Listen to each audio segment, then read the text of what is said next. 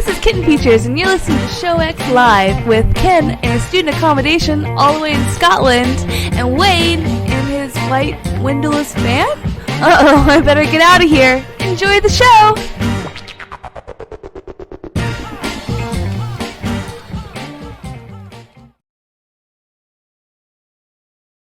Hello, everybody, and welcome to ShowX on VtWProductions.com. You're listening live at 2 p.m. Eastern, 7 p.m. GMT on this Sunday, the 7th of... Wow, we were in April already now? It's catching up. It's going fast. It's here already. All right, so yes, as it is being mentioned there by Happy Dude, it is a solo show for me today. As the big banner on the side of my face says, Ken is out. He is out doing other important things this week, so it is time for me to come in here and provide all of the entertainment. So, what we got going on today? All right. First things first, we're going to just make sure we kick off and do a little bit of Dysfunctional Deviations.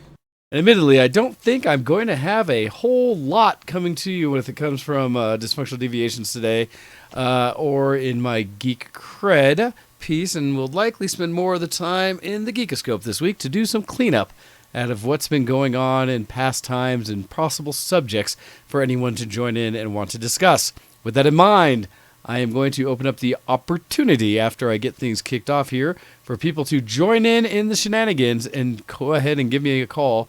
If you have not talked to us for some time, we are Versus the World radio shows on Skype. And so when you look for us, we come up, let's see if I look at it correctly. It is VtWShowX. So VtWShowX. If you haven't friended us and talked to us before, send me a call there, or at least a message initially, and then I'll bring you into a call partway through the show, and we can talk about some of the subjects I've got lined up. All right. So the little bits of catch-up I will do this week is, first off, saying that hopefully I do not sound too crazy horrible otherwise this week, as I am in the stages of recovering from doing a week abroad, not abroad so much, but out of town for work, where I traveled out to D.C. for some meetings and such. And unfortunately, on the process of traveling out, got myself, I would want to say, almost like Concrud travel sick, in the sense that I don't believe I really got truly a cold or sick. I think I might have caught a bit of an ear infection, which usually leads down into a common cold type symptoms for me. And so I was congested most of the week and fighting it constantly with various medications, lots of fluids and things like that. But because I was also spending entire days doing meetings and things and running around and had to go to the East Coast, so it was a little more challenging to get myself proper sleep. I came back still suffering from it, and so hopefully I don't sound ridiculous. So we shall see. But in that, so yeah, it also means I didn't have as much gaming or cool, fun stories from this last week because essentially I was traveling. Nice thing is in the traveling and doing the work thing is on the East Coast, I do have some friends I get to hang out with there. And so top of this, I will at least bring them up and what I got to talk to them. And that is that I spent some time with some people I had worked with in the past. I got to have some dinners with and such. But mostly got to see one of the good friends of my gaming group and such, Tasty Meat, as he is relocated out that direction, and gave me my first interaction or first time enjoying a steak that was cooked sous vide style, if that is how it is stated, essentially in that he seasoned and vacuum sealed each steak individually and then ran them into was a large plastic bin that has a circulation of warmed water, heated water that is at cooking temperature to get the steaks to the temperature they're supposed to be internally. And oh my, does it allow for some tender meat.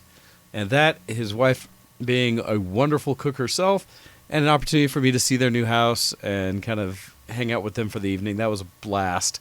Separate from that, I also had an opportunity to little bits around the town there. One of the big ones I had Nando's, which is something that a lot of my overseas friends, and if Ken was here, would appreciate, because I want to think that was one of the places we went to when I visited him in Scotland years ago. But they have Nando's out in D.C., and I have another friend who is out on the West Coast in California from the UK, visiting there for a while, who's one of the comments they had is that there are no Nando's out in that area, and thus she is quite disappointed. And so I posted my finding one, eating one. She was excited to say, I knew there were Nando's in the U.S., and just needs to now find one. Sorry, Nando's, although that would be a wonderful store if you were to get one. And so did that. So a lot of the times traveling, and when thankfully it's a company type thing, I do my best to take advantage of different styles of foods in the area. And so I got to eat several steaks several nights, chicken at Nando's and various things like that. And then got to go visit a friend of mine working out there at a market that is Union Market, is one of these newer style setups where you take kind of a warehouse setting and put in it a whole lot of modern shops that have mostly food items and things, but with very diverse styles. And went in there, and she gave me the kind of the tour of all the things in there. Apparently her boyfriend works at one of the other shops, and she now at this one that was a temporary shop in there, and so therefore have access to kind of everyone and everything in the area. So tried multiple different like foods and drinks from different areas around it, as I just had little bits. And I had my first, what was it, kombucha, I believe is what it was called. It's a probiotic drink. Lots of different flavors there, and that was tasty and fun. So a lot of exploration, especially with my palate when it comes to my travel for work. Let's see, what else was that? In that, I did actually get one thing that was fun, is I took some photos. I should probably share them somewhere other than my face crack. Of being out in D.C. for the first time ever. I got to see the cherry blossoms in bloom out around the D.C. area. And so I kind of cruised around the mall and stuff. It was only right before I left on Saturday to come back to town. But I took some time to make sure I got out and looked at them, because everyone's talking about it. It was right at the end of the blooming season, so they were starting to shed. And was just gorgeous. Compares in favorable ways, but is not nearly as impactful as when I got to be in Japan around Tokyo during the cherry blossom season, where they were just everywhere. Here I was, though, surprised at how many cherry blossoms have essentially made their way throughout the Virginia, D.C. and Maryland areas, that they were kind of all over the place, just not as prolific as you'll see in Japan. And so that was still pretty neat. Got some pictures, a lot of petals and flowers and fun stuff around there. A lot of people. Bit of a challenge navigating it, and it is a season and a thing, so all the parking down in the areas was ridiculous and charged extra for people that were going down to see it. I only gave myself like a half an hour before I had to run to the airport, but I'm happy I at least made the time to go do that. So that was a lot of cool. All right. Other than that, what have I been doing? Finished watching the third season of the Grand Tour on Amazon Prime. I do love the boys and their car shenanigans. That has been fun. Also, while traveling, and actually because I don't really have it separated with Geek Cred so much, but tie it to that. It's kind of between this section and next as official, like... I'm a geek. Are you a geek? Geek Cred, level up! But officially, for your Geek Cred, if you'd like to share and you're not planning on calling the show, by all means, email at showx@vtwproductions.com, and I will take a look at what you've been up to. But between the two, the other thing is, as I was traveling, I made sure to download and have available to me offline several shows and such. Primarily, what was I doing? I finished watching, what was it? The newer released Netflix, Danger Will Robinson. Which one is that? Which space one is that? Just finished watching it yesterday. Yesterday on the plane. It's probably why it's not coming to mind. But that was one where I'm a little sad because I'd started watching that series earlier in the year, last year, and just it took me forever to finally finish it. And I think part of the problem was where I got to. I started less and less caring about how the characters performed, even though I mostly appreciated them, primarily because the main antagonist, the Dr. Smith in the story, was so obviously bad and evil and, sociopath, whatever you want to call. And it just frustrated me how often other characters had an opportunity to interact with her and not be stupid. And yet were stupid. They allowed her to manipulate everybody so often, and there were so many opportunities where even if they were against just straight up killing her, which would have solved so many of their problems, they could have in so many ways restrained or probably one of the biggest challenges I see in any of these. So much would have been fixed if they had just talked and everybody said what was going on and said like, oh, this bad chick keeps trying to manipulate everybody to do bad things. And if they had just got that out and open, they could have saved so many people's lives and issues. And just so that frustration of basically lead characters doing somewhat stupid things turned me off from wanting to watch it as much. But eventually I just powered through to finish it so I can say I'm done. Lost in Space. That's it. And what else in there? So finished watching Lost in Space and some more Parks and Rec. But the thing I probably spent the majority of my time doing, and I've been doing this a lot to catch up and get ready for Comic-Con season this year here in Denver, has been the second season of the mostly podcast, but I guess now videocast like we are, Critical Role, the group of basically anime, in general, actors, voice actors who get together every Thursday to live cast their Dungeons and Dragons campaign for everyone. And I have been listening to more of that, initially put onto it by friends of mine here that are making costumes and such around it, around the characters from it, but has been reinvigorated because I just find their depiction of D&D playing as very entertaining to listen to and be aware of what they're doing. It doesn't hurt with the voice acting. They have some characters they've portrayed, especially I give much props to Matt Mercer for his range in that every character he talks through in the storyline, he provides a new voice for, and there are some in there that I find are fairly epic and need to be revisited often, and whenever they are, I'm entertained. That to me is such a neat thing, and yeah, it's interesting, Hendo, because this is kind of this new trend that's been happening about streaming people's D&D games as various things, and now granted, the Twitch thing is you're seeing it more now, partly because Critical Role is big, and they're not the first, but they were the ones that blew up biggest, and when they got big enough to change and go out from Geek and Sundry, I think is where they started, and go their own direction, that Geek and Sundry is like, well, that made us a lot of popularity and money. Let's start another one of those with other people. And so, therefore, they started it up, and now a lot of people do it. It's more and more about watching other geeks perform things in ways you wish you would. And that's kind of my concern with it, my challenge, is that I kind of wish I had the ability to do one of these kind of campaigns or something like that. All right. As I get in here, I'm going to assume, and so we'll double check, that this is the case for here and see if ready to go or not. I will try to bring others in. And so, unfortunately, sorry about that. I did the right thing. The ringing out that I am doing, trying to call to see if someone's ready to join, is not coming through the call. So that's good. It's just me hearing it. But I'll bring it as the opportunity here.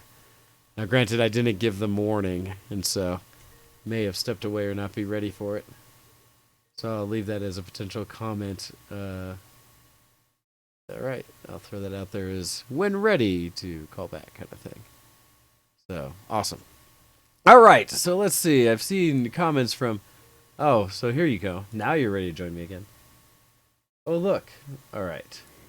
And so... with this, I wasn't sure if you were... Hello? Hello! How are you doing today, sir? Yeah, it really sucks because I don't have my crap together. Happens on occasion. Nah, no worries. You do what you need to do, and we'll get you in on this. All right. So, but as I was saying with the whole Critical Role thing, I have been listening to episodes of it consistently whenever I'm traveling, as well as I have been doing some of my crafting and littler things like that, to try to catch up, get ahead, and be ready, or as close to current by the time Denver Pop Culture Con comes around and the entire cast is here for that event. Not so much so that I can geek out and see them and be like, oh my god, but so that if I'm hanging out with any of my friends who are huge fans, I can at least interact with them and not, I guess, be made fun of or such. All right. We should be good. Are you good? Yeah, we're good. I can hear you now. Oh, good. Gotcha. That was your concern. Yeah. So, let's see here. How long has it been since we've talked? Since you've been on? Ooh, it's been some time. A year and a half, maybe? It's I've been seen a a while. couple emails. So, yeah, you've definitely interacted. So, for those that don't know, we have Happy Dude on, or Cupcheck, or however you want to be known as on the show today. Willing to talk and join in the conversation. Just call me Bob. And I am happy to bring others on as well. It doesn't have to be just one or none or multiple. However we want to do. If the subject comes up that sounds like something you're willing to chat on, feel free to give me a message. All right. So with that out of the way, like I said, I've talked in Critical Role, and basically the thing I really want to put in about it is my how impressed I am with their ability to play, like the way that group plays D&D. I don't know, have you ever watched or listened to any of their episodes? Well, there's something about watching some people have fun, and there's a whole different story between watching people play RPGs on Twitch and then doing it yourself. Yeah. Like I am enthralled like 24/7 in the local Vampire the Masquerade LARP community. Nice. And then like if I see someone about to stream it, I might watch, but it's like because I have so much on my plate with my own thing going on, I don't necessarily have time. The only D&D stuff that I actually go out of my way to watch is the Acquisitions Incorporated when they do their live shows at PAX. Oh, nice. Which I have also listened to in the past. Actually, that was the first, I believe theirs was the first campaign I started hearing at all. And with the same friend actually promoted the Critical Role guys, and I'd watched or listened to a couple episodes of theirs to kind of understand. I was like, okay, this is fun. And it was a new experience for me to kind of understand or see, because in a lot of ways similar. I've got so many things going on and so many things I'm trying to accomplish that it is odd for me to make time to specifically try to watch other people, like you said, have fun or do things like that.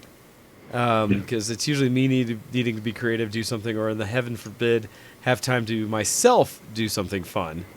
And so it's a bit of a challenge. But with that in mind, like I said, I have been surprised, and with the Critical Role groups, one of the things that's really caught me is how creative they are in playing their characters and how true to the characters they are. And at least for me, I have definitely run into favorites from it because of how they've acted out in the characters they're playing. And so I'm starting to finally understand some of the buzz that I've heard from the community of people who've been like, everyone needs to watch or listen to this, as I've paid attention. Now, it's not so much that I need to like catch up and be up to date with it as just going along. And so it's fun to have in the background as I do other things. And like anything I do audio only, I do it all at like 1.5 times speed so I can get through it faster, because man, they've got some 3 or often 4-hour episodes. Are they running 5th Ed, or have they moved on to Last I saw, I would guess that what they have is 5th Ed. If I were to make an assumption. Now, I'm not positive on that, but like I said, if I were to guess, that's what I would say. Well, the reason that I asked is because the acquisitions crew ended up moving on from when they did PAX Unplugged. They moved from 5th Ed to the D&D, not D&D, what the hell? The Magic the Gathering Guidebook to Ravnica, and they started using Magic the Gathering influences in the game. So I find it more entertaining. Like, if I had to pick whether or not to watch 5th Ed or the Guidebook to Ravnica, I would rather watch the Guidebook, the Ravnica stuff, because I've been playing Magic for about 10 hours a day for the past 3.5 weeks. Okay. Oh, thanks for the heads up, dude. Hey, you turn on camera. I turn you on. I wasn't expecting to be on the actual stream. Jesus. You joined me. You got your camera on. Now you're trying to hide. I don't know what to talk about. Look at you looking all bashful all of a sudden.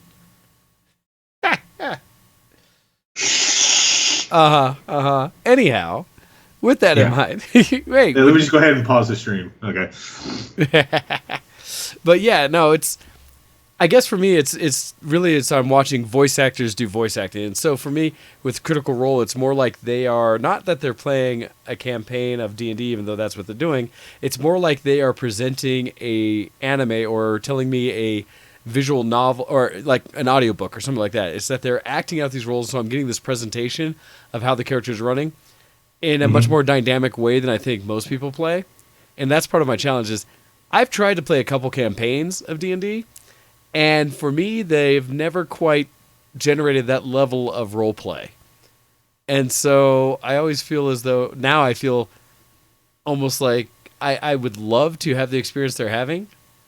But one, I don't know the DM that I know personally that could pull it off, let alone my capability to stay in a character and play the roles like they are. And so, well, as a little bit of advice is that if you like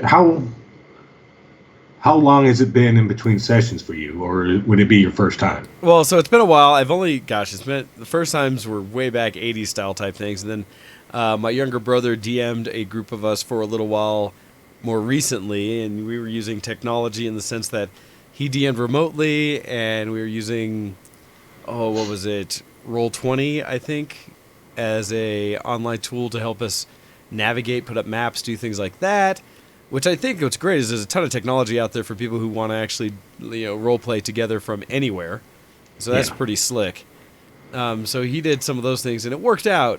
But I think there was a challenge there that he also had been watching the original Critical Role at the time, or listening to it, and had a desire to be able to provide that level of dynamic entertainment and ability to adapt. But that is something that takes some legit skill. And something that I am really respectful of with Matt Mercer is that he is able to roll with punches and on the fly in ways that I don't know anyone personally that I think can do that. Because he deals with the shenanigans that his crew provide, just rolls with it. At least, and in my experience, I don't think I could do that. I would lose track so quickly, and to the point where I could tell the times when he has provided a direction towards a storyline, like he thinks this is the way they should go, and they decide to do things completely different and do their own route. And he's been able to make it seem like he had things planned for all of it. The names of people and characters and the ability to come up with stuff on the fly versus maybe reference what's already provided in his source material, but he is just quick, and I think that allows so much. The biggest thing about it is that you have to have some sort of DM, and it helps as a DM to actually have players themselves with actual improv skills. Yes. Because it royally sucks going into the same tavern every single game to meet up with the same person to get quests for the campaign. Yep. And 90% of the ones that I've been into, I've started bar fights when people did not expect it from anybody. That's funny. But having that source of improv from both the players and the DM actually helps out a lot. Like I've like last month with my LARP game, they implemented plot cards, which basically says, you here's something that you can do to make yourself busy and to actually do something. So I was bored, and I pulled one of these plot cards. It's like, you have the choice to do it or not to do it, and all of a sudden I just read the card, realize it's something that I cannot do. So I just stuffed it in my jacket pocket, and then the storyteller comes to me and he goes, "The world has something for you." I'm like, what does the world have for me, Senor Dave? Because it was supposed to be a guy got my contact information. He knows everything about me. I don't know anything about him, and he wants me to schedule a meeting between this unknown person and the sovereign of the city. And I'm like, no can do, Hal, and I just hung up on him.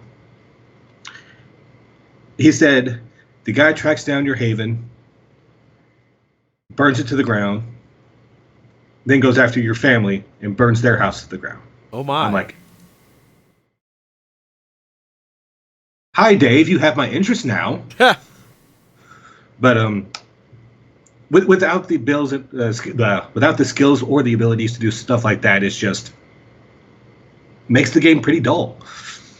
It makes sense, and that's where, in my past, I have not had that opportunity to really explore it, and it's partially why I have a desire to go try to LARP myself. And if I can get together with the Alliance group that I've been working to try to be a part of, or at least check out a weekend of, I partially want to even just test my own ability to improv. Like, I've done it, but I've never really done it with, a D&D campaign or something like that. It's something where, just in my own moments, I've had an opportunity to train to be witty, funny, whatever the case may be, and to try to do that for a weekend to me seems epic and fun and awesome, and a challenge I kind of want to check out, but I'm also really concerned whether I can actually do. Well, I'm looking up Denver vampire LARPs, and there seems to be a lot of them. I am sure there are, and I will also freely admit that when it comes to, I don't know if I'd be as down for essentially a vampire. Those would be. Oh, so you're the hardcore D&D-er? Well, I want to start with a fantasy one, see how that goes. I just don't know, right? I've heard stories from fantasy. a bunch. Oh, and I'm not saying it's not. I'm just saying that from the groups that I've seen, some of the people I know already do, and it's partially that too. It's going to one where I already know there's a group of people involved, so I won't. I might, safety net, give it what it is. People that can baby my way into, baby's first LARP, so that I don't go make a fool of myself. And because I'd be even willing in some cases to be like an NPC or something like that, just to give it a go. But so we'll see. That's something I still have my to-do list that I'm trying to figure out as I go forward. But anyhow, so I just bring it up because it's been a lot of fun to listen to the way these guys present it. So I am appreciative of that, as well as I've recently just ending up what I was doing for my Geek Cred, that I started playing Pokemon Go again because I was traveling, and with events and stuff, that I was able to pick up a lot more of the things that were going on out in that area, some newer ones and such, and because I was able to fix my Pokemon Go Plus, which I had accidentally put through my wash in a pair of jeans and had killed. But thankfully, I think all it took was a lot of drying out and then putting a new battery in, and it is behaving again. So, yay. Now that's the watch style. Yeah, it's the little one on the side. That's basically just a little light up button and Bluetooth to kind of interact with the game from that perspective. So I was really concerned, but it's still working, so that's good, since those things are like $30. All right. So that's what I had for basically all that. I was going to jump in, unless you'd like to fill people in anything specific geek you've been up to. I was going to jump into some articles that I've been saving up for some time. What are your thoughts? Do you really want to know what the hell I've been up to? Well, it's just it's an opportunity for you to share any geek cred that you might want the world to know, as is you would do with an email or such in the same way. But now you have your voice to join in. I don't know if that's a good thing. Anyway, so last week I went to Chicago, and I did something. Huh? Like C2E2 last week, or just go to Chicago? C2E2 was the week before. Bummer. I know I'd seen stuff about it. So it was C2E2, and then the week that I went, and now. But I went to Chicago with the sole purpose and the intention of writing off something off my bucket list. That's always going good. Going to Galloping Ghost Arcade. Nice. So the plan was that I went a day early. Okay. To actually fulfill this, and no, because I did something very, very dumb the day before. Uh-oh. So you know how it is to where like you're nervous, you're anxious, your anxiety's high, and you can't go to sleep. Sometimes, yeah. I try my darndest to not suffer in that way, but yes. Well, I made a mistake of napping on that Wednesday. Woke up after a 7.5 hour nap. Woke up at 8, stayed awake till 6 a.m., then packed my bag. Ooh. Left the house at 7 to arrive at the airport by 8 to leave at 10:30. The schedule was leave Memphis Airport at 10, board at 10:30, Okay. and be in Chicago by 2:45. Then it got pushed. My takeoff got pushed back to 2:45. So that puts me at 4 o'clock landing in Chicago. Then my takeoff was at 4 o'clock, Okay. pushing me back to six. Was it? Yeah, about. It put me a lot later. I arrived in Chicago being awake for 24 hours because some guy that was sitting in the aisle seat wanted me to keep the window open. What? Yeah. It's like, hey, can you do me a favor? Can you just keep the window open? I was like, sure. I'm going to fall asleep anyway. Nope.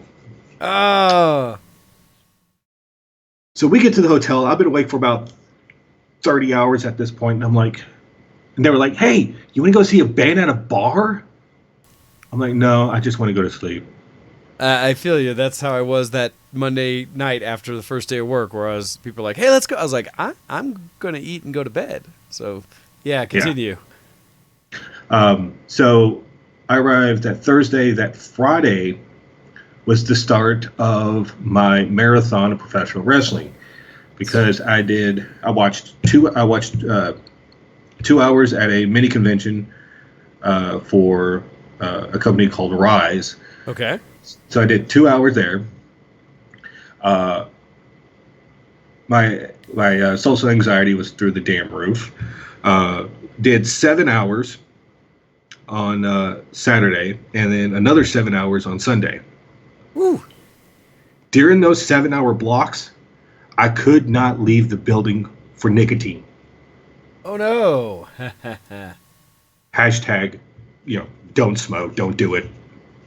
Especially like if you don't know what you're getting into before you get there. So, that Sunday, I ended up like the 7 hours of wrestling on Sunday. I had to leave right after the show to go to the airport. It took an hour and a half to get from Berwyn, Illinois to O'Hare International Airport. Oy. I got through TSA, got everything taken care of, got my checked in and everything. Got to my flight with 10 minutes left to spare. Yikes.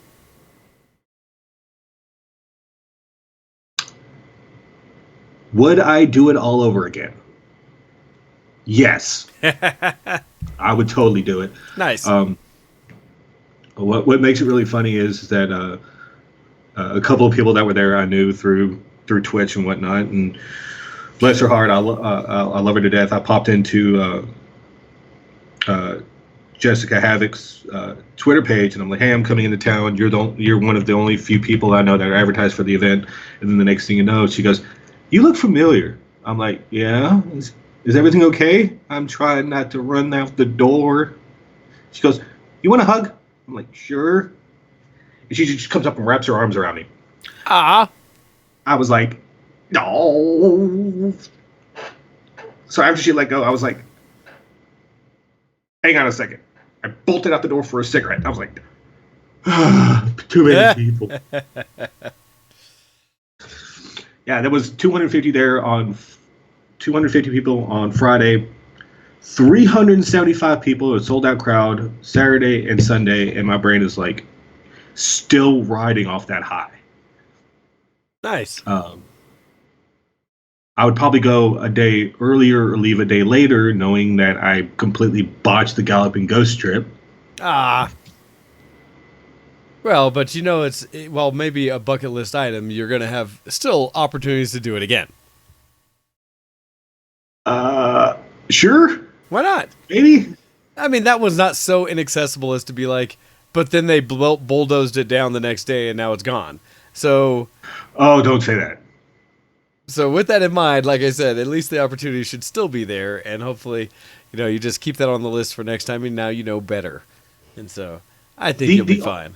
The only thing that I am, starting to regret is not part of the trip itself, but leading up to it.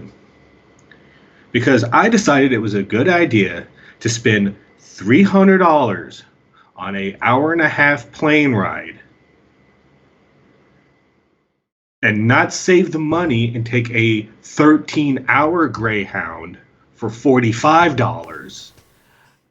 Well, that goes into depending on what time you have as a whole. Because I have rules about things like that, and it is I will drive when it's under 8 hours or less and I need a vehicle there. If it's longer than that, then it really has to go into how long I'm going to be. Because I don't know. For me, the convenience of being able to be somewhere and back faster versus the price savings of taking a slower transport is worth it. But I travel enough that's like yikes. So that's for me. But I do understand a lot of ways. But if you have the time and you're able to take it off work and it's able to invest it better like that, then saving a ton of money and being able to just spend a little more time and even spend some of that time doing something worthwhile, I think absolutely makes sense. Yeah, taking time off of work. Is that the thing that adults do? It's in those situations for people that have to worry about that, right? I just say it because I know I have to say it because for me, I am fairly flexible and have a decent amount of ability to take time when I want to. And so that's part of it. Hey, look at that. We got Tabby joining us in the chat there. And if you're just joining Tabby and for those others, because I have the official solo show going today, I am offering the opportunity for people to dial in and share in conversation and have more of a roundtable type of discussion for what might be going on with articles and things I bring up today. So right now we have Cupcheck joining us live. So as we continue through. Going back to the whole vampire conversation, did you happen to see the announcement from C2E2 that was revolved around vampires? I don't know if I did. Was it a show or something like that? Because I don't think I saw. All I saw out of C2E2 that I really saw was more cosplay related. Hold on, let me try to find the devs real quick. So Bloodline, Vampire the Masquerade, Bloodlines 2 got announced. Oh yeah, I did see the actual video coming out of that one. So Troika, Troika. Okay. No. That's the regular dev. Hang on. Paradox Interactive. Okay, yeah, Paradox. Gotcha. And it looks awesome, but for this being like the first, the open world game that they've done, because everything else that they've developed are freaking RTSs. Yeah. I don't know about this one.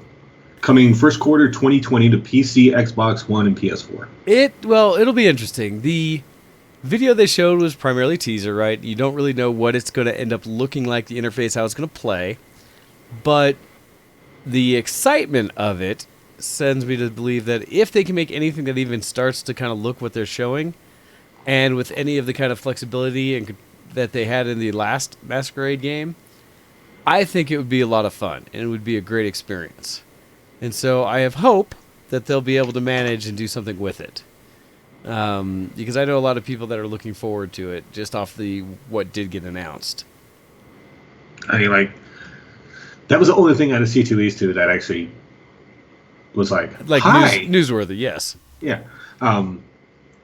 For some reason they had a pro wrestling panel at C2E2. So wrestling things seem to pop up at so many of the various pop culture, anime, or other type of geek convention things I've seen. It's one of those ones that somewhat surprised me when I started going to Anime North, that they always have a pretty decent wrestling presence, and it's, in my opinion, amateur wrestling as a whole, but that they absolutely get a ring set up and a lot of events going during it. And I was surprised. And I've seen it actually at other events, even here in town. They had, was it COAF? Or one of the smaller conventions. Again, it wasn't like a Pop Culture Con or even NDK, I don't think, but it was one of the ones that we had done at the Crown Plaza off of 40th one time, where I remember they had set up a wrestling ring in that one as well. And I've seen it off in the corner, like when it's happened, but I myself have never participated in watching or do anything where it was not something that just drew my interest. Yeah, but I can honestly say, go ahead. Oh, I was just going to say, but it is something I've seen more and more at these different events. Go ahead. Yeah, Jabali, bless his heart. I love him to death. Yeah, can we get a couple of Jabated emotes in chat real quick as I tell this story? So last year, during CEO, he did a wrestling event, cross promoting New Japan Pro Wrestling and his tournament series CEO. Okay. So he got injured training for that match. He did the match with a boot on his foot. Now he's in another match. Yes. And I'm afraid that he's going to injure his other foot. I don't know what it is, but it's just like there's a part of me that just feels really, really sorry for him. Now, is that... Is it? Well, I was going to say, because I know... Okay, I have not followed the wrestling scene a whole lot. You know, something that in the 80s, as a younger guy, I found entertaining. Excuse me. It's also something that I know others that had been around, like Octal and stuff, followed a lot more and knew a lot about. Mm-hmm. And so, honestly, my experience to date now is more stories I hear from other entities about what's going on around wrestling. You know, most recently being like the movie The Wrestler, which I thought was actually an amazing movie. And what recently came out on John Oliver, I believe, on his late night show. That he brought up some concerns about what he had seen about how insurance, healthcare, private contractor versus employee, and just some of the ways the industry, the biggest industry with WWE, is how things are performed there, and some potential criticisms of some of their practices. And I don't know enough, I'm not a fan enough to really comment on them, other than just saying that I've seen these things out there that are discussion points. Yeah, I'm not gonna harp on this too long, but Jabali's an idiot. Okay. And I hope that he doesn't get hurt because he's booked in a hardcore match. Okay. Against someone that has been known to, be unsafe. So I'm hoping for the best, but kind of expecting the worst out of this. Gotcha. So long story short, Chip Bailey's an idiot. Moving on. Alrighty. That works. That is fine. All right. Well, I wanted to go ahead and get into, if we can, a little bit of technology, news, and more today on the Geekoscope. As I have been rolling a collection of older stories and things that have happened throughout time that I've been holding on to for events like today. Now, the challenge of this is going to be some of these articles are old enough that these may not load, and I would not be surprised. Oh, wait, this one did. This one coming from GameSpot. This, like I said, an older article because this one goes so far back as to 2014. But it's an article that I wanted to bring up just as a general discussion point that everybody is welcome to join in. So, this one comes in, and it's from GameSpot. It says, gamers are not antisocial basement dwellers, study finds. And so... Really?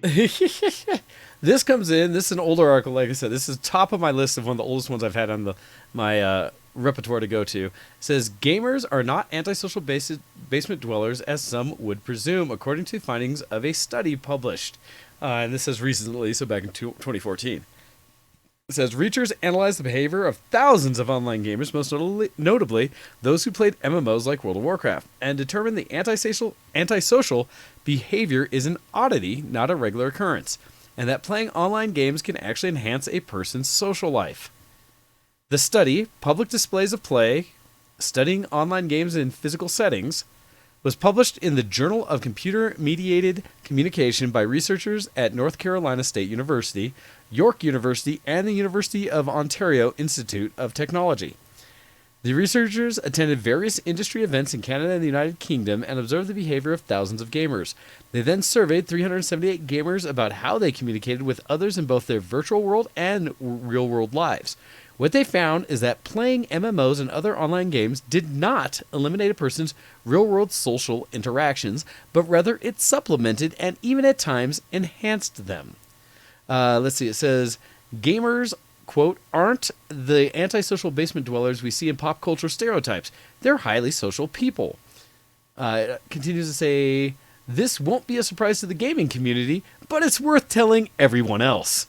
Loners are the outliers in gaming, not the norm. So basically, GameSpot actually wasted a space for a good article with something that almost 95% of the general population knows about.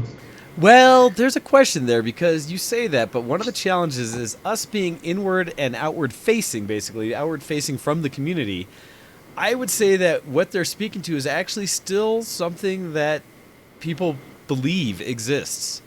That there is still a large thought that from people who don't play video games, especially multiplayer online or kind of express and work with people online type games, that those of us who spend a lot of time doing that don't know how to communicate outside of those games.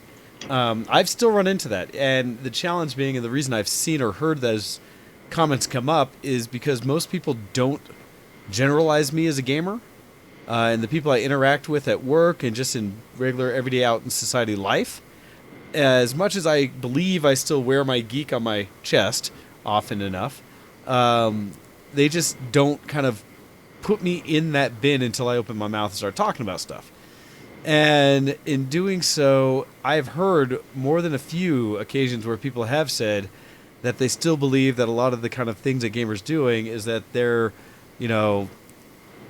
people who have never fully grown up, people who, not quite, I would say, to the extreme of the living in your parents' basement kind of concept, but still a high level of aren't out in the world, aren't the guy that you're going to see walking down the street next to you because they're too busy being cooped up away from society.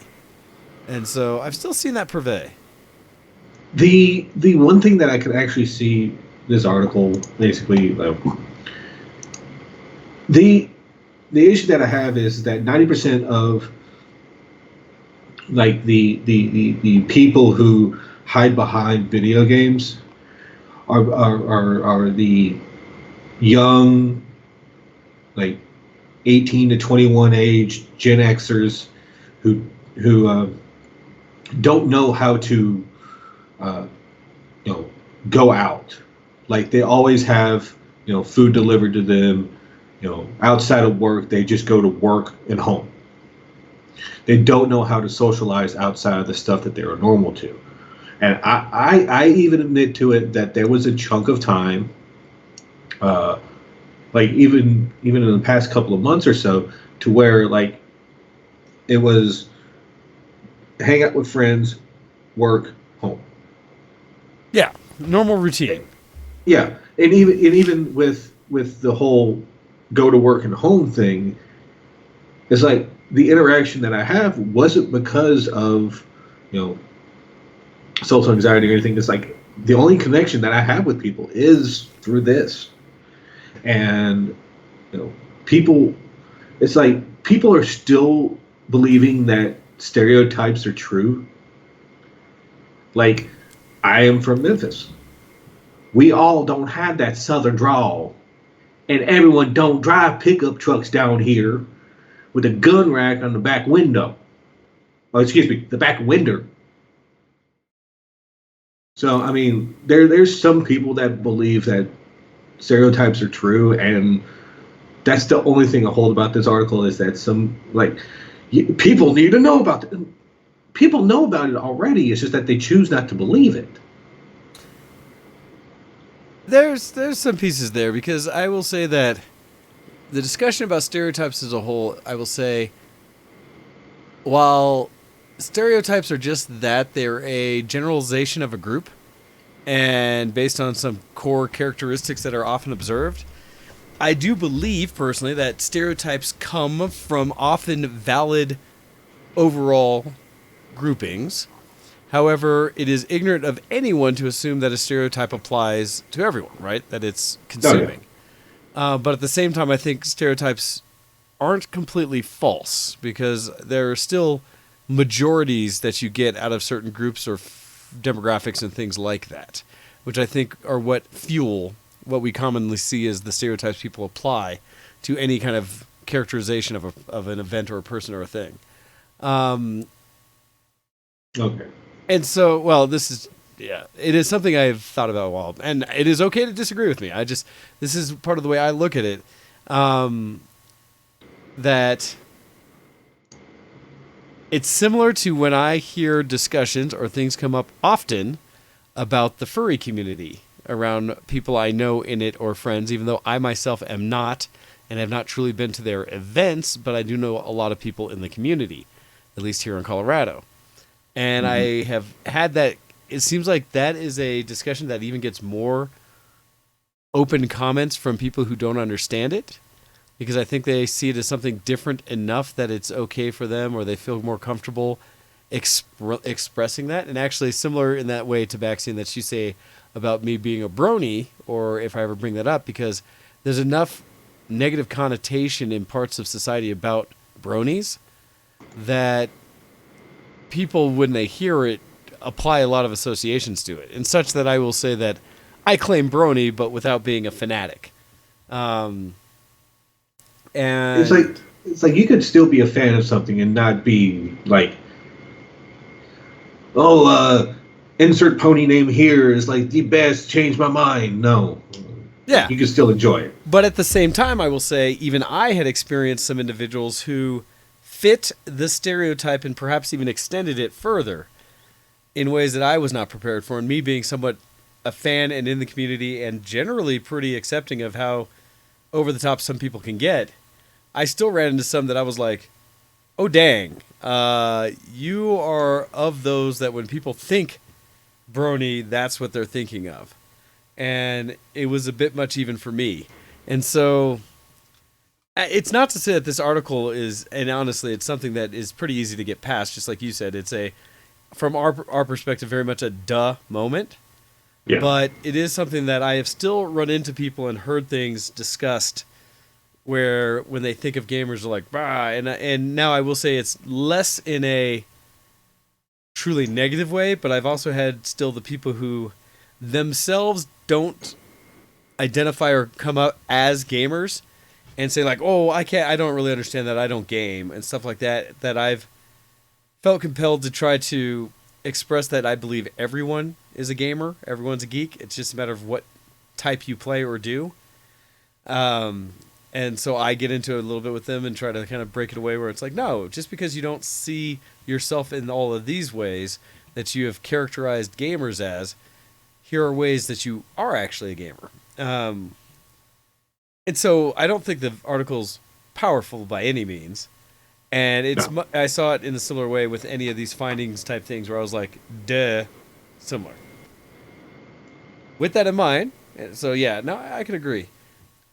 The next article I have up, another older one, and this goes back to April of 2015, that may or may not have a bigger discussion to come out of it. And it's one that I am going to bring up the article and link it, and then take a somewhat early break so I can refresh my water here, so we can keep the conversation going. So this is an article from Techno Buffalo that specifically states, multiplayer has slowly ruined AAA gaming. So hold that thought. We're going to take a break. It's an opportunity for anybody else who also wants to maybe join in the discussion to form an opinion and decide if they want to jump in on this, as well as open up the link, read a bit of the article, and prep for what we will come back with after I get something more to drink.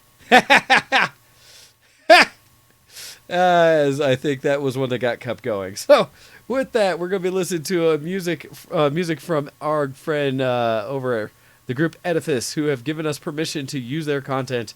And we are going to take a break, and we will be back just after this in about 6 minutes here. So we'll be back.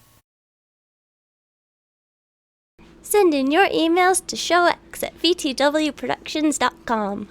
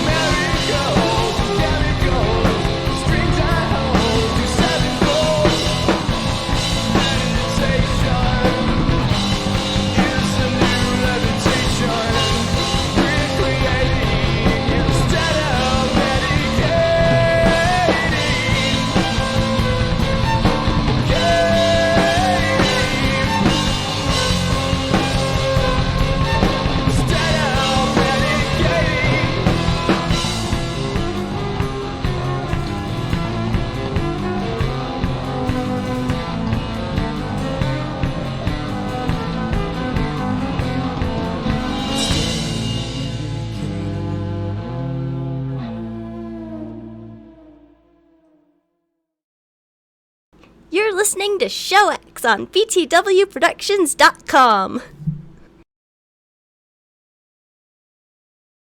All right, everybody, we are back, and I am just in the process of trying to see how to click the right buttons to bring everyone else into the mix.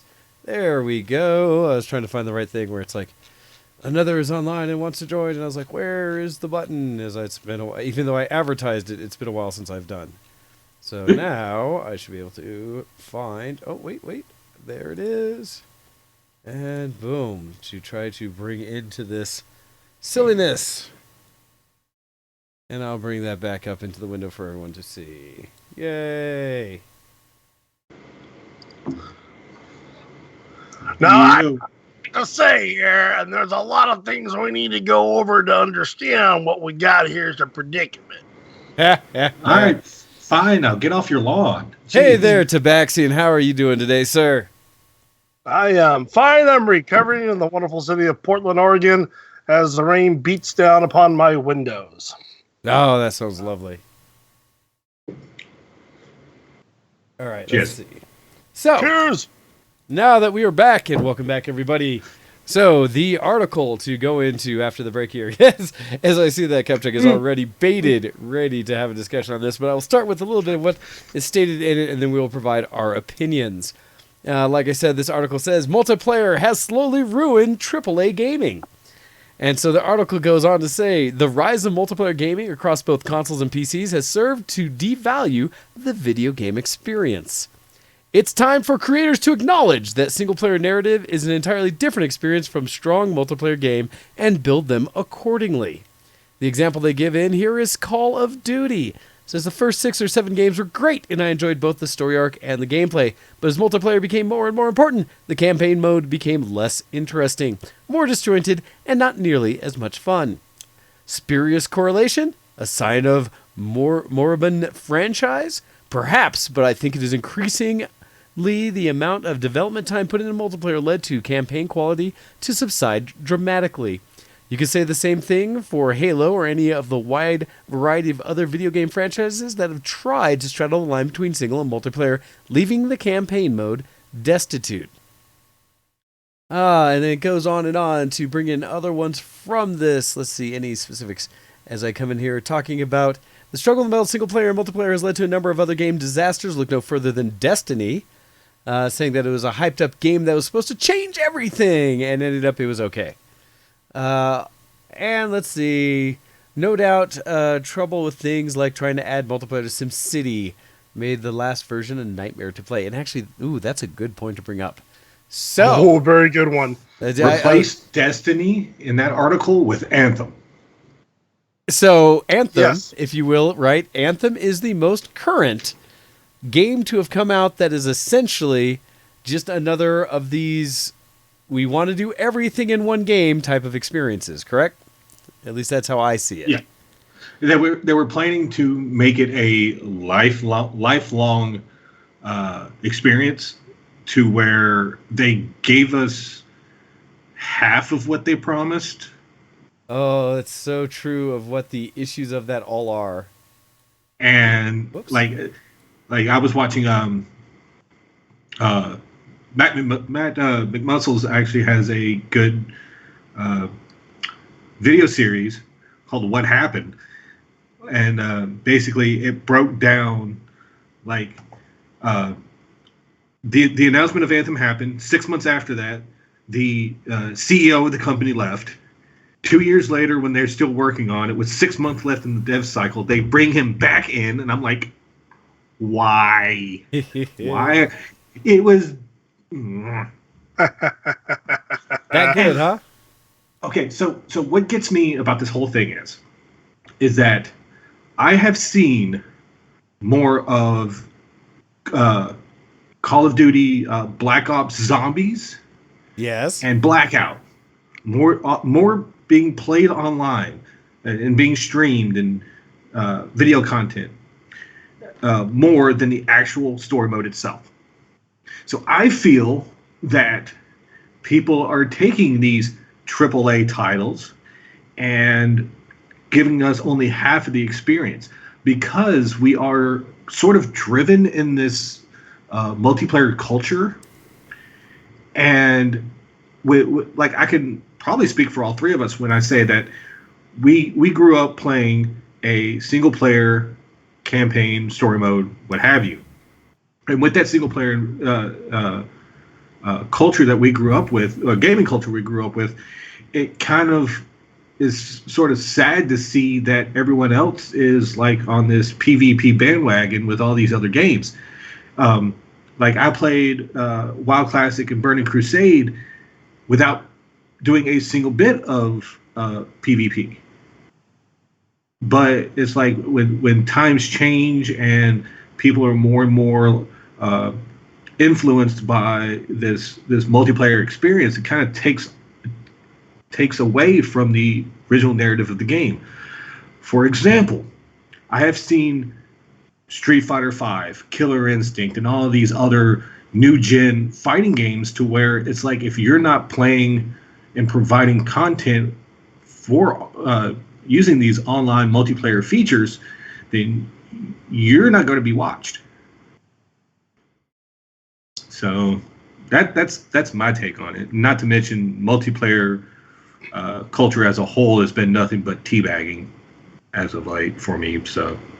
Oh, the article even says, today's multiplayer experience, particularly when it includes strangers, is mostly miserable. Trolls abound, bad behavior is the norm, and in the end, these multiplayer battles just aren't fun anymore. So not only has multiplayer ruined some of the biggest franchises in gaming, it's also become a devalued experience due to all the, quote, lame-ass idiots destroying the experience for everyone else. Do I need to remind you guys about people running around with knives only in gun game? Oh, I haven't even experienced that. Oh, it is the most horrific thing possible because you always find that one D-bag in every single gun game you jump into. I do remember in Call of Duty, specifically, I think it was Call of Duty 2, on Modern Warfare or whatever, doing all knives or doing knives only when I was too good at the gun game to make it a challenge, because that was a game we played the crap out of. But that was, again, the multiplayer experience. So, and I'll be curious to hear, again, also your experience, Tabby, with this, because this is an article that kind of struck home for me when I first saw it, in that, and the example given of Call of Duty is one of the ones where it struck true me, in that I have always appreciated those shooter games, and I like shooter games as a whole. And for me, it has been an experience where I'd like to initially go in, grab whatever game it is, and crush the campaign. Sit down and play through whatever the story mode they provided was, before switching over to go play whatever multiplayer existed around it as well. And it's because I still do value a solid single-player experience when it comes to games. Good narratives, good story, and the ability to just take something, for me primarily, at my own pace. Where when I have run into things with multiplayer, I feel like that has forced me or pulled me away from my experience in a lot of ways. As I try to share the experience with others, that I don't know how often, if ever, I've run into a situation where I believe it was truly shared. So much as that I was having to give up some experience to have it with others.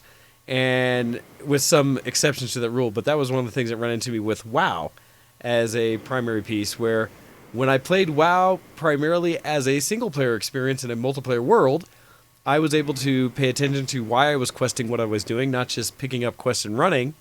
And then when I would jump into groups, it felt as though I was always being hurried in order to be able to quickly jump to whatever the mechanic we needed to accomplish was, versus actually trying to share in some storyline experience of how we were expanding the universe and what the narrative really is. And so that was my own experience. And normally I throw a cap on things, but Tabby, what do you think about it in general, just even with just the first premise of the article itself? Well, sure, it comes down to the almighty dollar, because there's no money in the first-player games. Not sorry. As we saw in the development of a lot of games with multiplayer and the sea of online stores and what you could buy for that, you won't buy a lot of stuff online for single-player games. That's just not what it's designed for. So a lot of the industry went to these multiplayer games. And another good example they missed over, SimCities is a great example. That's a single-player game. That's not a multiplayer game, and they ruined it trying to make it multiplayer. But Star Wars Battlefront was another one. When they came out with 2, they really cut out the single-player campaign all in favor of a multiplayer. And honestly, some of the best, all the Battlefield series, the single-player campaign was amazing. Homefront was another game that I loved the single-player campaign. You get really into it, and it's a great storyline. But they ruined it when they tried to make it a multiplayer game, but to them, it's profit. So as you see more and more of these massive games come out, you lose the single-player. Oh, I might have broke the call. No! By other stuff. Our money caused us. There we go. Okay. I about broke the call there for a second and had to bring it back. Oh. Oops. My bad. No, that was me. So now it comes down to, we caused this problem.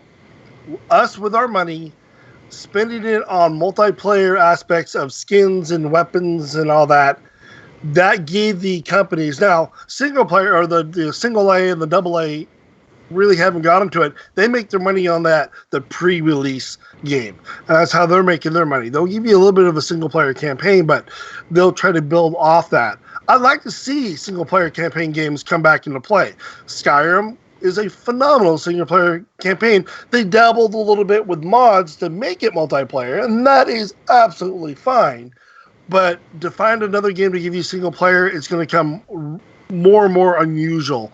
And it's going to have to be our single and double A industries that bring us those kind of games. Well, they also have taken a look at that, like, they value people's wallets, but they also value people's time. And I say that based on what they're doing with Eternal, the digital trading card game, and they just completely restructured their drop system for Twitch, and they've also done like Overwatch skins by watching the Overwatch League.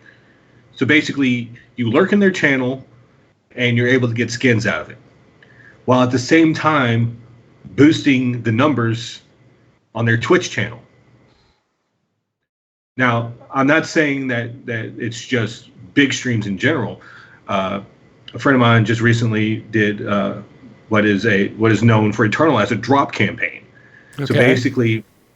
So basically, you watch other Eternal streamers, you stream Eternal, and then at the same time you're able to do these loot drops for packs, promo cards, card backs, free Eternal drafts are produced out of this content. And if there was a way for you to turn your time spent in a AAA title to make the single player worth it, then I can honestly see that thought idea of the multiplayer ruining titles turning it 180. Because if more devs were to actually do what for example, the only two that I know of is Gwent 2. Those three devs are actually providing people with an experience to where if they want to do single player content to give back, then they can. It's just that everyone's like, oh, well, I need this now, so I'm going to drop $100 on Eternal packs, or drop $150 on Overwatch skins. It's just, they need to value time as equal as money, in my opinion, in order for the single player campaigns to actually come back around. Yeah, so single player, it's weird because there are still games that will do that, and there are games I think that do it effectively. And it is kind of the different experience you're running into. It's interesting to see the industry adjust, because what we first ran into is, for me, some of the best like shooter experiences where you could run with people in multiplayer and stuff were honestly on console. I would say initially the Halo series, of course, being able to do split screen type co-op, which to me progressed even more so into the Gears of War series. I thought they did a phenomenal job with split screen or just multiplayer co-op in Gears of War. It's been one of my favorite experiences to sit down with somebody and go through the campaign, because you can do a single player or with another group or another person or more and get essentially the same experience. That was so well done. But then as they start going forward in the console world, I think it's primarily been pushed by a desire to have more separate things added, separate, so that you have to buy your own console, buy your own game and stuff like that to play together, is part of one of my concerns. But when it comes to just the storytelling aspect, while a lot of those shooters have gone away from it, I still think there are a lot that have it, because we still get single-player experiences like Doom, Castle Wolfenstein, the stuff from idsoft that's come out that I think solid. The single-player experiences like the Tomb Raider series, of all the modern Tomb Raider games, which I think are brilliant. Uncharted is a prime example. Uncharted, I was going to say, we got story-driven single-player. And so I don't think they're dead, right? I don't think they're completely gone, but I do think there's a challenge to what we've been seeing as a trend in the industry, where we've run into this split. And this is hopefully where I think we might get a good out of it in the long run, is that where you said there's games like that continue to suffer from the challenge of trying to be everything to everyone, like Anthem, like Destiny, like all these ones that were trying to provide this experience that is multiplayer, but the depth of a single-player campaign, but not an MMO, so it's not that the same events just reopen every other day and you're not truly a hero, you're just going through the same steps as every other hero on the planet. Those kind of things, that they're trying to find some balance and way to get all of that together. In that, I think that is maybe a bridge too far for too many devs. That trying to do all things is maybe your mistake, right? That it's perhaps a better idea to focus on doing one or two things well. And it's something that I think gets brought up a bit in the article as well, because there's examples of where people have focused it directly. And the next actual paragraph comes in saying one that they feel did a decent job was Dragon Age Inquisition, which came out and allowed for a world up to 4-player co-op, but didn't make it a huge part of the game. And so you still had a very solid single-player experience. And on the flip side of that, games that truly embrace the multiplayer aspect and actually realize that that's the world they need to live in. And so that's where you get into your multiplayer-only games. Things like your World of Warcrafts, your League of Legends, Dota, even to games like, well, I think actually this one straddles it, but works both ways, like Minecraft and such. Some of the stuff he brought up in the article, where I have seen, and I still play the heck out of games like League of Legends. And it is really just a multiplayer-only game. And while they've added story elements around like the characters and their backstory, the history and the world and stuff, to me that is fluff. It's bonus, but it doesn't really matter. But that they have focused on, you will play this game multiplayer. And where you still get these games that are coming out that are single player and solid, I'm loving it. Well, even to the effect of like on console and stuff like that, when you get into Breath of the Wild and games like that with Zelda, is still a very, arguably one of the best single player experiences that's come out in some time. Now, adding Borderlands 3, that just got announced, coming out in September. That is, the devs they hire are two different sets of devs. You can't expect one dev team to be both multiplayer and a single player campaign. Big companies know you have two different dev teams because they approach things at different aspects. Your gameplay changes. Borderlands has a really good aspect where you can play the game single player without anyone around, but you can also play it co-op and bring that the multiplayer concept into play and still have a fantastic storyline to build through. And there's a game I'm really looking forward to in everything that they do, because I'm going back to playing Borderlands 2. I'm loving it. I played the Borderlands prequel. I'm loving it. So that's a good example of a game, but also when you call it multiplayer, there's the two levels of multiplayer. There's the co-op style multiplayer when you have a limited number of people, and then you have the open sandbox world multiplayer, and that's when you really get your jokers in there that can really cause some havoc. Another one they didn't put on here was Division 2, which I know a lot of players that went into that, and they were just like, it's really critical people to do their jobs in a mission, and they're always getting that one joker who has a knife I decide to run out there and just completely wreck the mission. And it's always the healer, too. Yeah, it's always exactly. the medic. That does happen. Well, and that's part of the challenge, right? Because for me, at least, when you get to your multiplayer co-op style, often I like it because I can usually help choose who I'm playing with. I don't need to go for randoms often. And so less likely to have the Joker, or if the Joker happens, I can literally just yell at them and have it be meaningful. Like, hey, Bob, stop that, right? Trying to actually play this and win this level. Probably with a lot more colorful words. Yeah, well, the right things to get the message across. And it's one of those things that I guess I lament, because there are franchises I have witnessed fall apart in a way that I thought had solid single-player experiences, which is something I loved about them, but have since shifted their focus to do more of the multiplayer. And I guess that's part of my challenge, because if I really step back from my initial emotional response to the headline of the article, there are still so many AAA titles that are just quality, damn good games that I really can't bitch as loudly about this.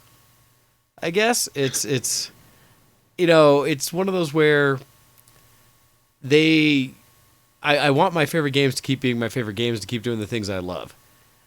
But at the same time, I can probably throw away, if I want a single player shooter experience, I can easily just gloss over, look past, or not even look at the Call of Duty series.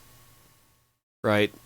Yeah. I'll be looking forward to the remake of System Shock. That when that HD remake comes out, that's something I expect will be a wonderful single player experience. I thought that was out already. The updated one? The newer one?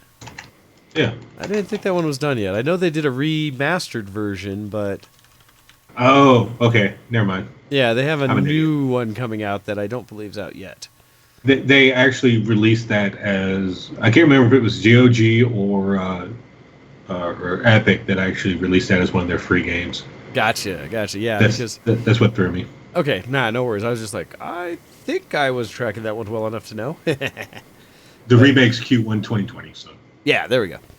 And so So there's the title really needs to change. You can't say it ruined AAA gaming. It should say it's changed AAA gaming. Would be a better title for this kind of article. and that's kind of where I was going with that of when I grow myself up a little bit and stop being as reactionary and think to what really happened here. I guess I can honestly say that yes, it changed what I was used to, and more specifically from certain franchises.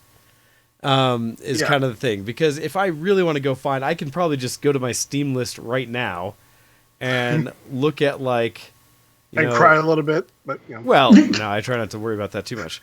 But well, even on the store page, right? One of these games that I've been watching, looking forward to, that's sitting on my list as half off right now, is what We Happy Few from Gearbox. Oh yeah. And that is completely a single player game and has gotten some very good reviews and feels and looks like the other single player games like that of BioShock, you know, and stuff like those. Or the, oh gosh, what was the one where you got to go and got the powers of things like calling rats and other stuff to take people out? That also feels like all of these games. But there are a lot of really solid single player experiences still in the world. And that's part of it, right? I think it's just, but one of the more entertaining ones, and that's the thing, when a franchise makes the switch, I think is when we run into challenge. That when a franchise suddenly decides that they want to go a different route, and we as fans are kind of like, whoa, hey, time out, that's not what we came to you for. That's where it gets a little funky. Because SimCity is a great example of that switch. and that's exactly where I was going with that, right? Because I remember being at PAX Prime when they were still just teasing the last SimCity that had come out, the main one. And at the time, it looked phenomenal. It sounded like it was going to be such a wonderful thing.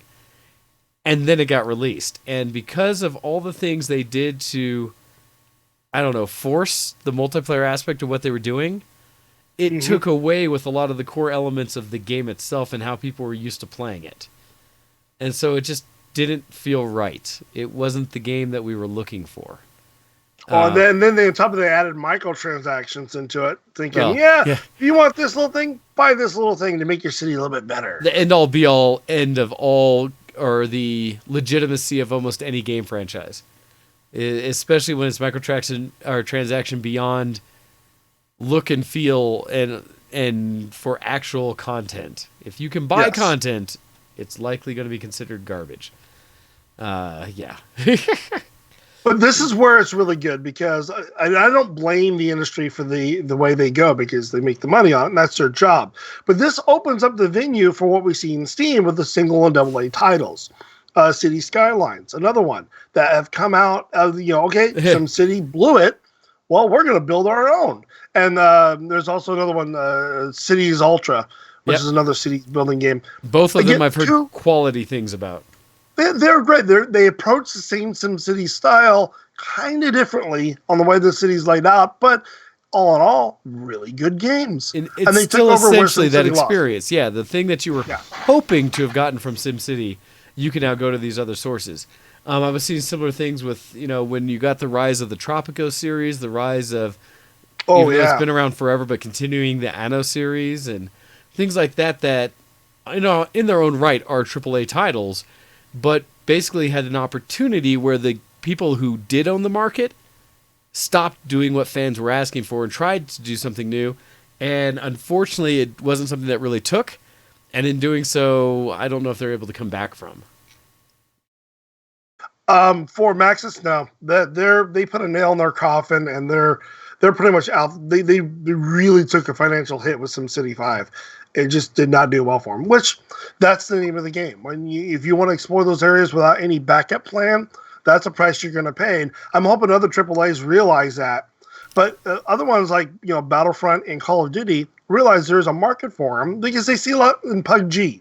Is another good example. As they came out there, microtransactions made that game what it is. Well, but they also just played trying to off the other type of game style, which is the Oh, free-to-play yeah. market, right? They came out with knowing, to the most part, what they were trying to present as their business model, as how they were going to make their money. And so that's where I think they were able to get away with some of that versus some of the other competition out there.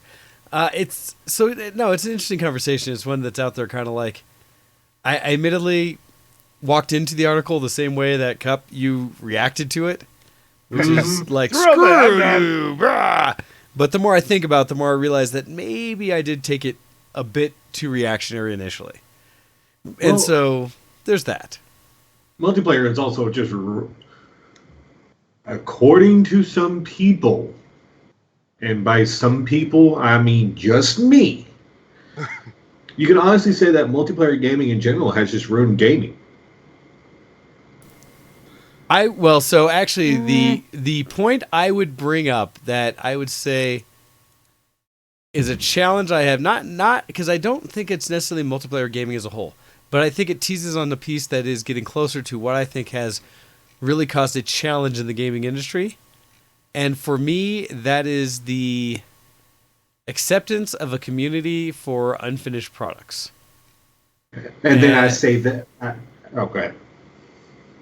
And I say that is probably for me more of a challenge and more of a real concern for me, is that now that consoles, being that I can blame them for being the lowest common denominator of gaming, that they have online capability to download updates and get day zero fixes and patches and things like that, that has even furthered the ability for the gaming industry to be lazy and not fully test and not fully get something done to meet a deadline, because they can always defer and say, oh, we'll just fix it in post using a photography concern. That's also like one of the major things where it's like people are starting to slowly lose their faith in devs. And like, for example, the latest Tony Hawk game. The patch was bigger than the actual damn game. Oh, that's a challenge. Ouch. I repeat, the patch was more than the damn game. And I will admit that I missed on the last Tony Hawk game. That's Good. one of the ones that I think it's been a while since I've paid attention to the franchise. Anyway, and I'm not, probably for reasons like this, you hear enough that you're kind of like, faith is being worn, can't just accept it. So yeah. I played a medic on Tony Hawk Online. I just ran around in an ambulance and patched the guys up when they biffed it. Nice. Is that the Tony Hawk game? I thought, yeah. No. I had little My Little Pony Band-Aids. I put it on people. Yeah. That'd be, the DLC there is having your own personalized Band-Aid types. I paid Band-Aid $10 for that. Yep, Band-Aid Band-Aid skins. skins. Let's do that. That $1 million market right there. Ah, yikes. All right, so other things that are topical, and actually you might as well jump to this one since, Cup, you put it in the chat already. And the link I had, although different from yours, you had GameSpot, I had IGN, but it's the same discussion. And that is that we, for people who are geeks and fans of general content for that, have gotten news that Netflix's new live-action series for Cowboy Bebop, they have announced a cast. And so, seeing if people have paid attention and to what the announcement's been. So, for this, and I'll get names wrong, and actually your article is probably better than, because mine is a video link, and video links versus actual You want me to text. just go ahead and read it for you? Well, I will click into as well. But the primary piece being that John Cho has joined the show as the reveal for that of Spike Spiegel. And so, along with, Mustafa Shakir, Danielle Pineda, and Alex Hassel, who have been announced. We got Shakir, who was in season 2 of Luke Cage, is going to be playing Jet Black. And Pineda from Jurassic World Fallen Kingdom is going to be playing Faye Valentine, while Hassel will be the villain Vicious, the hitman Vicious. So that's who's been announced. So we got an initial reaction from Tabby there. Thoughts and otherwise before I jump in with my opinions. I'm not going to complain. Honestly, Netflix lately has been really making good decisions on a lot of their programming between Love and Death and Robots, which, if you haven't seen that Outstanding. series, Brought that up last week outstanding. and finished it up and was truly Yeah, pleased. they're short. Yeah, very short. And then the Dragon Prince series, which has been absolutely wonderful. I love it. Still haven't picked that one up yet. I was about to, and I need to. Yeah, if you like Korra, you're gonna love the Dragon Prince. It's all the same writers and voice people. All that. Interesting. Korra was my favorite. Oh, I love Korra. Up yours. It's Korra great. had so many. Once they went to like Punk in that world. no, because once they went to like spirits just roaming the world and nobody knowing what to do with them, I felt like it lost all focus. It's I fine. liked the want world. sequel. I liked the world. I liked what they were trying to do with it, but I don't think it had nearly the charm or staying power of the original Avatar. And so for me, that's a Korra was different like, discussion. it fell off for me. I wasn't. I say that in reference to a lot of people I know who are significant fans, like holy crap fans of the Korra seasons, where I was like, I it's love it. alright, but it doesn't touch Avatar. So Well, your Christmas gift just went down $5. But anyways, the Ouch. Netflix, where it was only $2.50, he's in trouble now. yeah, no, But I didn't realize it was gonna. Netflix again has been making good decisions. Their corporate structure and who they're choosing, and they have a big hand in this. Don't get me wrong, because the fandom, they already know the financial backing of what Cowboy Bebop can bring, because of the fandom is so large, and they really took time the past year to really think about who they want, who's going to direct it, who's writing it, which is bringing some of the writers from these series to help keep the stabilization of the aesthetics. So far in the cast, I don't see a problem with them. Personally, I think they have good potential to bring their own take to the characters from the Cowboy Bebop series, especially Hassel being vicious. I'm kind of curious on how that's going to play, because I don't see too much of him playing as much as a bad guy like this, on how he's going to play this protagonist from the series. So that would be my weak one of that cast so far. Interesting. He was probably my least concerning of the group. Really? Yes. So, while I have absolutely been paying attention to a lot of the discussions, noise, and things that have been going around about the announcement. Yeah. In fact, just even the article, the version I read it, the reading through comments throughout it that people have had in there just down the list. Because I have some very specific opinions, especially when it goes back to things that it feels like they may be trying to avoid concerns with, similar then. In that, for me, challenge on casting from even the get-go of essentially John Cho's character being Spike is so much that, and I will admit, I don't have someone in mind that, and I'm terrible at doing that, to pull off a role. It is more that having seen John Cho's previous work, even though I love him as Sulu, think he's awesome there, I have yet to see something that lends itself to me that suave, confident, jazzy appeal that Spike Spiegel has to pull that off. That Spike has so much swag just walking into any situation where it's similar, because the whole style of what they did with both Cowboy Bebop and Samurai Champloo with Mugen's character, of having that almost distracted, not aware command of a situation before revealing a little bit more like, actually, I'm not quite as separated from what's going on. Maybe I am a little more aware. That it'll be curious for me to see if John can pull that off. And you're right, So- maybe they go a different direction with it, but if they do, my concern is then will it still feel like Cowboy Bebop and the charm of what I love about it? Because for me, that series is somewhat the story, but more the characters and the feel and how they present themselves that are what I love. Hi, my name is the Internet, and I'm here to talk to you about how the casting of Cowboy Bebop, the live action Netflix show, is horrible, and they should start recasting immediately. That's how I see this actually going on. My whole thing is that, like, I started to have issues with companies and TV show reboots and all movie reboots and the whole 9 yards. And let me just say this: if you go in to watching this show with the thoughts and opinions about it being 100% the same, you're going to be disappointed. And I say that based on the concept of me holding off reviewing the Power Rangers movie for so long, because I went in there with the notion and the ideas of, oh my God, it's not going to be the same. And when you hear the first 5 minutes that Jason's talking about milking a bull,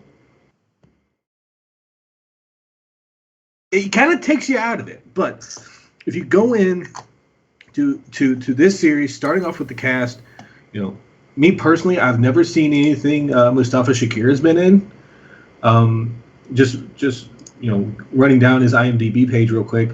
I'm possibly sure that he has a sexy, sultry, buttery smooth voice for that role, which everyone that I can recall identifies that particular character with. John Cho, on the other hand, people are going to be up in arms about someone that was born in South Korea playing the role of Spike. I have slowly started coming into grasp with myself, with that concept of you're going to be disappointed. So I like the only thing outside of Star Trek that I've seen John Cho in is Harold and Kumar Go to White Castle. Which is where I think most people were introduced to him with, at which point I don't think he, to me, presents the kind of character that I would fit into a Spike Spiegel role. However, he surprised me in Star Trek as to his take on Sulu being so solid that I was really happy with it. And he has another one out that I need to go check out, which is this kind of indie-ish film that he's just done.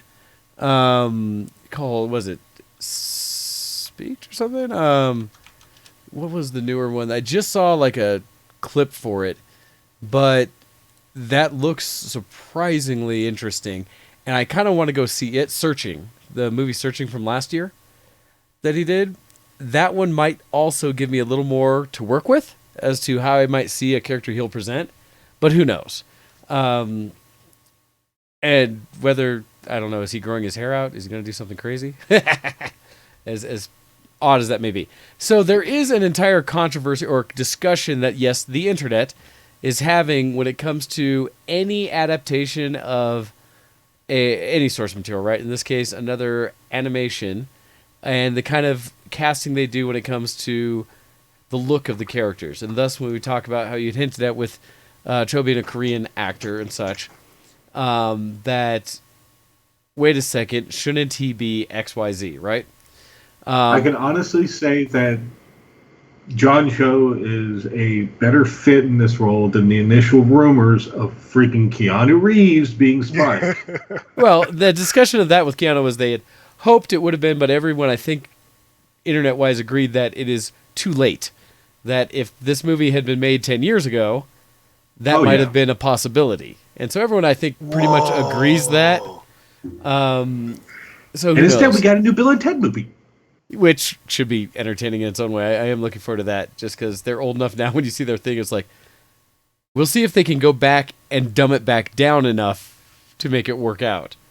So they're gonna have people. They're gonna have people in their 50s acting like they're pot-headed characters. When they were 20. I don't know that that's going to be a good one. Well, or they might throw us for a loop and they actually grew up. Who knows? I have no idea. Yeah. And I will say that across the board, I'm willing to give the series a chance. And it's much like Copy's saying that she's willing to give Cho a chance to Spike, that he's still too young to be typecast in specific roles. Agreed. I am going into it a little bit with just that because Spike is one of those iconic, well, they all are actually, the whole cast has iconic characters for who they are. Because I also say somewhat controversially, I was trying to talk about this with a gentleman this last week, that I had listed Cowboy Bebop as one of my favorite